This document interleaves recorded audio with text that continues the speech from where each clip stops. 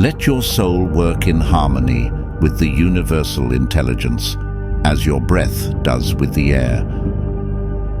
Do not take your whole life into your head at a time, nor burden yourself with the weight of the future, nor form an image of all probable misfortunes. This method will but confound you. As long as the hands and feet do the work they were made for, they move naturally and with ease. Thus, while a man performs the functions of a man and keeps true to his condition, he feels no more weight than what nature lays upon him. Rouse and recollect yourself, and you will perceive your trouble lay only in a scene of imagination. And when you are well awake, look upon these realities as you did upon those visions. What is death? It is a resting from the vibrations of sensation and the swaying of desire, a stop upon the rambling of thought, and a release from the drudgery about your body.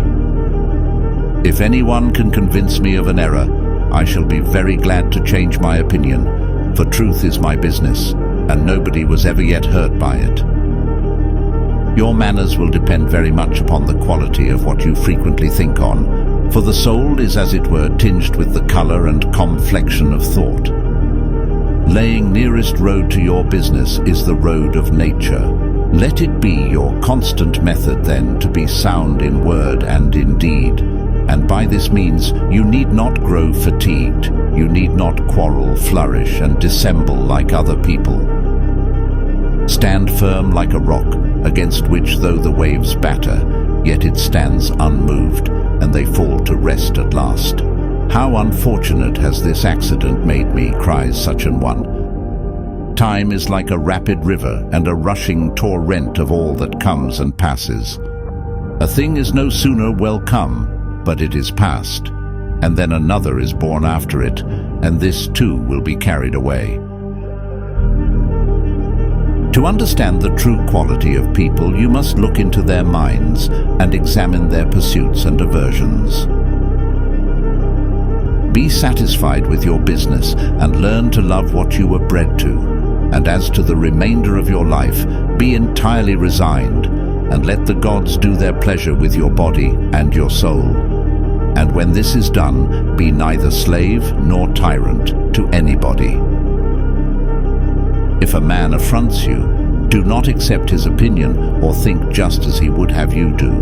No, look upon things as reality presents them. There are three things which belong to a man: body, soul, and mind. Sensation belongs to the body, impulse to the soul, and reason to the mind.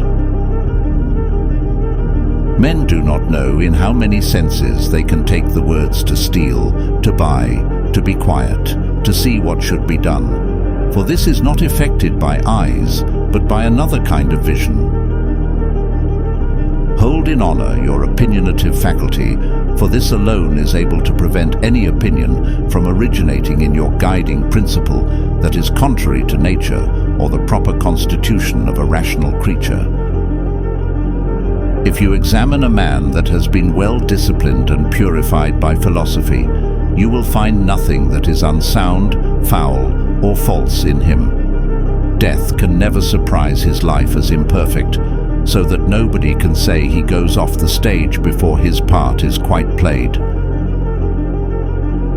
He that values his mind and the worship of his divinity before all other things need act no tragic part, laments under no misfortune, and wants neither solitude nor company.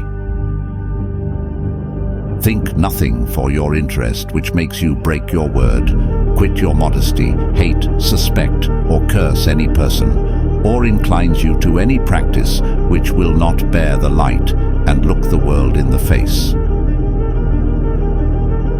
It is worthwhile to observe that the least thing that happens naturally to things natural has something in itself that is pleasing and delightful. Thus, for example, there are cracks and little breaks on the surface of a loaf, which, though never intended by the baker, have a sort of agreeableness in them which invites the appetite. The soul is but a whirl, fortune not to be guessed at. and fame undiscerning. In a word, that which belongs to the body is a flowing river, and what the soul has is but dream and bubble. The extent of human life is but a point. Its substance is in perpetual flux, its perceptions dim, and the whole composition of the body tending to corruption.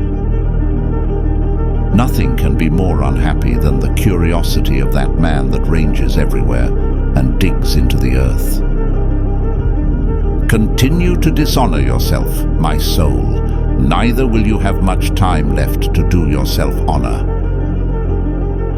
A man can rarely be unhappy by being ignorant of another's thoughts, but he that does not attend to the motions of his own is certainly unhappy.